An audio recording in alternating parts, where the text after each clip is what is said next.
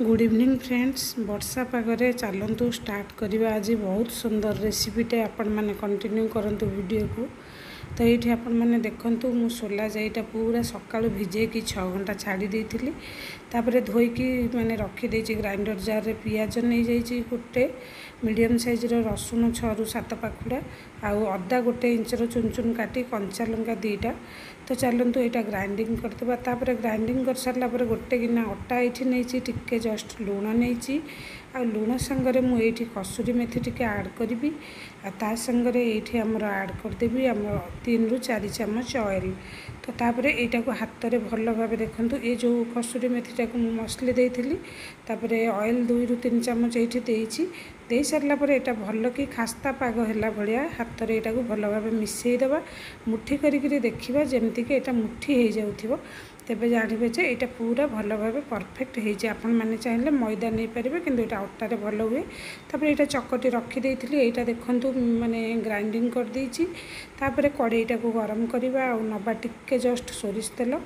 तापर ये तेल रे माने टिके जीरा मु ऐड करी कहीं जीराटा मुझे बाटी नथी ये जीरा तड़का लगेबी। तो कड़ईटा को भल भाव ऑयल गरम है चारिपट को ऑयल टाक स्प्रेड करदेवा। आ जीरा जमती कही माने गोटे चामच जीरा नहीं तापर यहाँ को टिके फुटापी छाड़देवा। आ ये हेंगू भी आपण मैंने दे पारे किंतु मो पाखे ये हेंगू नाला तो मुझे। तो तापर यहाँ को आम भाजवा यहाँ टिके माने जमती देखिले आपण मैंने सुखिला ग्राइंडिंग करथिले अधिका पानी दे पतला पानिया करेनि। तो तापर ये देखो लुण आउ हलदी गुंड आउ टिके लंका गुंड आउ टिके आमर दे देछि करी पाउडर। तो तापर यहाँ भल भाव आम मिसईदेवा। मिसई सारापर यहाँ सुखिलिया हो तापर आम आरंभ करवा। तो कड़ईटा को गरम करने छाड़ देती माने गरम हो गला कड़ई ऑयल दे देछि।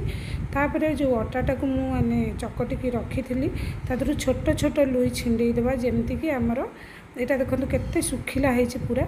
तो छोट छोट लुई पूरी जी बड़ दरकार से साइज लुई छिंडेकी ताको आमर मंडा पिठा भली गोल गोल करदेवा। ता भितर पुणी आमर से स्टफिंगटा को भरिकी पुणी देखूँ यहाँ को हाथ में एमती चारिपट को स्प्रेड करदेवा माने स्टफिंगटा चारिपट को स्प्रेड हो गोटे आपण मानक कर देखईदे आ गोटे भी देखो एमती करमर स्टफिंग भरला एमती से चारिपट को स्प्रेड करेंगे देखिकी करेंगे जमी फाटी न जाए।